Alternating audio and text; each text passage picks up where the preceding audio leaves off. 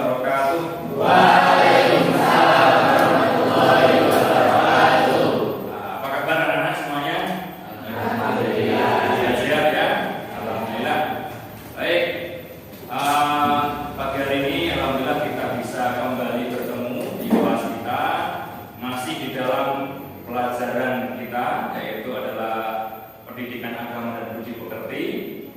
Dan mudah-mudahan kalian selalu diberikan kesehatan selalu dan juga semangat terus ya.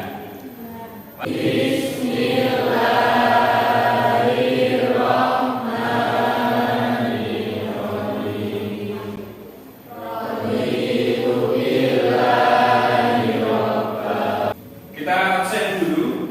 Siapa yang hari ini tidak hadir? Sepertinya hadir semua ya. Satu kelas ya. Jadi dalam materi kali ini kita akan belajar berkenaan dengan materi yang judul sumber hukum Islam ya. Sumber hukum Islam. Adapun tujuan pembelajaran kali ini adalah yang pertama, diharapkan nanti anak sekalian setelah mengikuti pelajaran ini ya mampu mengamalkan isi kandungan di dalam Al-Quran sebagai sumber hukum Islam. Oke anak-anak sekalian, nah sekarang kita masuk pada yang namanya kegiatan inti. Karena kita bisa melihat ada surat An-Nisa ayat ke-59. Oke, kita semua ya? Jelas ya? Oke, kita coba baca bareng-bareng yuk. Kita bisa tahu sama-sama. A'udzu billahi minasy syaithanir rajim. Bismillahirrahmanirrahim. Ya ayyuhalladzina amanu atiiullaha wa atiiur rasul wa ulil amri minkum. Hai orang-orang yang beriman, taatilah Allah dan taatilah Rasulnya dan ulil amri di antara kamu. Kemudian jika kamu berbalikan pendapat tentang sesuatu, maka kembalikanlah kepada Allah atau Al-Quran dan Rasul atau sunnahnya. Jika kamu benar-benar beriman kepada Allah dan hari kemudian, yang ketiga itu lebih utama bagimu dan lebih baik lagi baginya. Oke, anak sekalian, di ayat ini jelas sudah bisa kita pahami bersama bahwasanya betul bahwa kita disuruh untuk kembali kepada yang namanya Allah, kepada Allah dengan Al-Qur'annya. Baik anak sekalian, ya. Kita akan berlanjut ke yang berikutnya. Oke. Nah, dari slide ini bisa dilihat ini gambar apa nak? Narkoba ini. Nah, artinya bahwa kalau orang itu kemudian mengkonsumsi ini, itu tandanya orang itu jauh dari agama, jauh dari Al-Quran. Ya. Nah, kita harus pahami bahwa Al-Quran itu adalah sebagai pedoman hidup. Ya. Al-Quran juga sebagai yang namanya sumber hidup.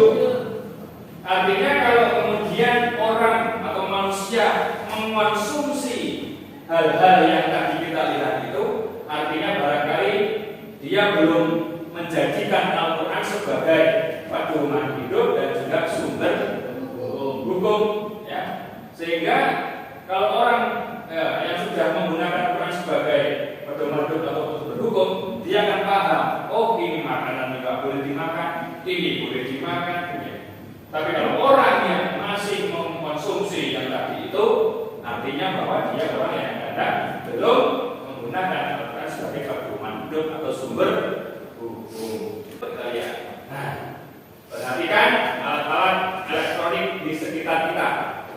Coba di rumah kita barangkali adakah alat elektronik yang kalian punya, misalnya apa di rumah? TV, kulkas. Oke. Nah ini semua ya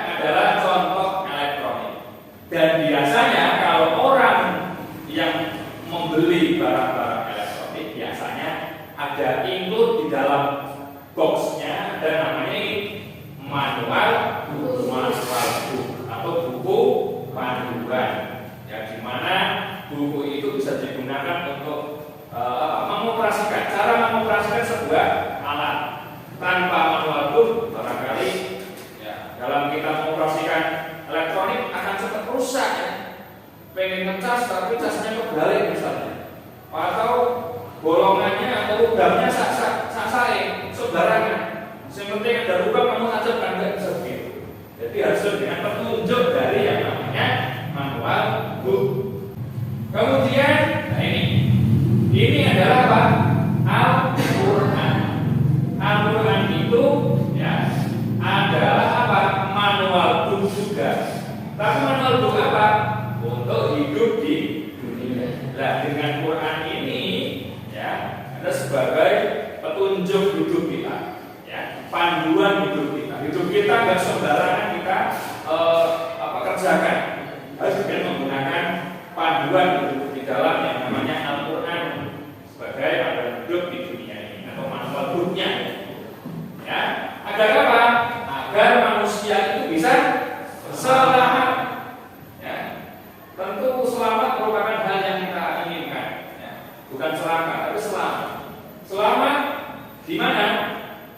Yaitu di dunia dan juga selamat di akhirat. Tentu kita harus tahu juga apa itu yang namanya sumber hukum Islam. Jadi sumber hukum Islam adalah sesuatu, ya, suatu rujukan, landasan atau dasar yang utama dalam pengambilan hukum Islam. Ya, itulah sumber hukum Islam. Ya, di dalam sumber hukum Islam ada sifat-sifatnya juga. Apa sifatnya? Yang pertama ada dinamis. Dinamis itu artinya bahwa hukum itu berlaku di mana saja, ya, berlaku kapan saja dan untuk semuanya. Itu dinamis. Dan kemudian sumber hukum Islam juga memiliki sifat benar. Artinya bahwa kebenarannya itu bisa dibuktikan dengan data dan juga bisa dibuktikan dengan kejadian-kejadian yang sudah terjadi. Ya. Dan yang ketiga sifatnya adalah mutlak. Tidak ada keraguan di dalam Al-Quran. Semuanya mesti benarnya. Oke, kita mulai dalam materi pembahasan. Ya. Jadi di dalam sumber hukum Islam itu ada 3 sumber hukum. Yang pertama ada namanya Al-Quran. Itu merupakan sumber hukum yang paling tinggi, ya. Sumber hukum Islam tertinggi yang nomor 1 diteruskan. Ya. Nah, kemudian yang kedua ada hadis. Ya. Hadis ini nomor 2-nya hadis. Dan yang nomor 3 adalah ijtihad. Ya. Tetapi untuk pertemuan kita kali ini kita akan fokuskan sepenuhnya untuk materi pembahasan sumber hukum Islam yang pertama, yaitu adalah Al-Quran. Baik, pengertian Al-Quran. Apa Al-Quran? Teman-teman sekalian, dalam segi bahasa Al-Quran artinya apa? Yang dibaca atau bacaan. Nah, kalau dalam segi istilah ada lagi, yaitu adalah firman Allah atau wahyu Allah yang diturunkan kepada Nabi Muhammad melalui perantara malaikat Jibril yang merupakan mukjizat dan menggunakan bahasa Arab, ya, berisi tentang petunjuk pedoman hidup ya bagi manusia. Dan bila kita membaca Al-Quran itu dihitung sebagai ibadah. Fungsinya apa? Sebagai pedoman dan petunjuk bagi manusia dalam mencapai kebahagiaan hidup dunia dan di akhirat. Jadi siapa sih yang nggak pengen hidup bahagia? Tentu kita pengen hidup bahagia. Nah, sekarang pembahasannya yang namanya materi diskusi. Baik, teman-teman sekalian, sekarang kita akan mencoba untuk bersama-sama mendiskusikan materi kita. Jadi kita akan berdiskusi tentang materi yang tadi kita sampaikan, ya, tentang jadi bagaimana bukti-bukti dan apa alasan bahwa Al-Quran berkedudukan sebagai sumber hukum Islam yang pertama, ya. Jadi silakan nanti bukunya kalian baca, dipahami dan juga diamati, ya. Dan nanti tolong untuk duduknya disesuaikan dan setelah nanti selesai berdiskusi kita akan present Oke ya. Baik kalau begitu. Silakan untuk bersiap-siap presentasi menghadap temannya ya barangkali. Dan saya akan membagikan lembarnya UKPD supaya bisa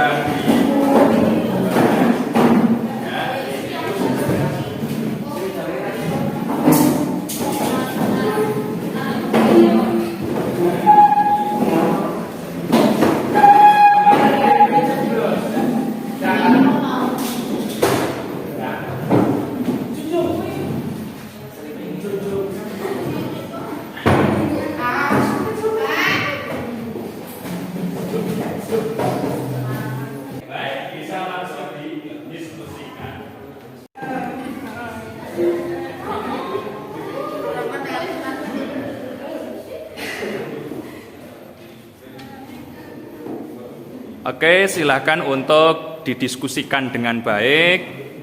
Kalau ada kendala-kendala bisa ditanyakan di sini. Nanti Pak Iqbal akan memfasilitasi apa kendalanya barangkali.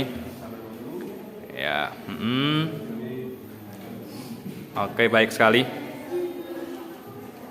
Dan tolong tunjukkan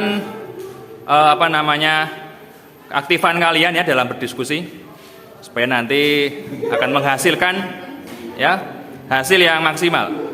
Oke, ini siapa dulu yang sudah siap? Bapak mana dulu? Oke, Pak Salim sudah siap. Assalamualaikum warahmatullahi wabarakatuh.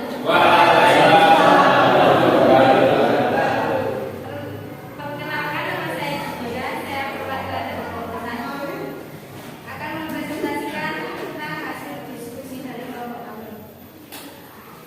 Alasan dan bukti Al-Quran sebagai hukum Islam ada pada halaman 50, yaitu adanya perintah untuk mentaati Allah Subhanahu wa Ta'ala.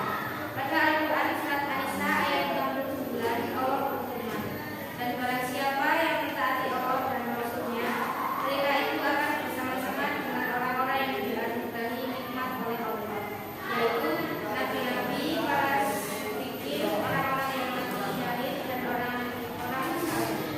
Dan mereka itulah teman yang sebaik-baiknya.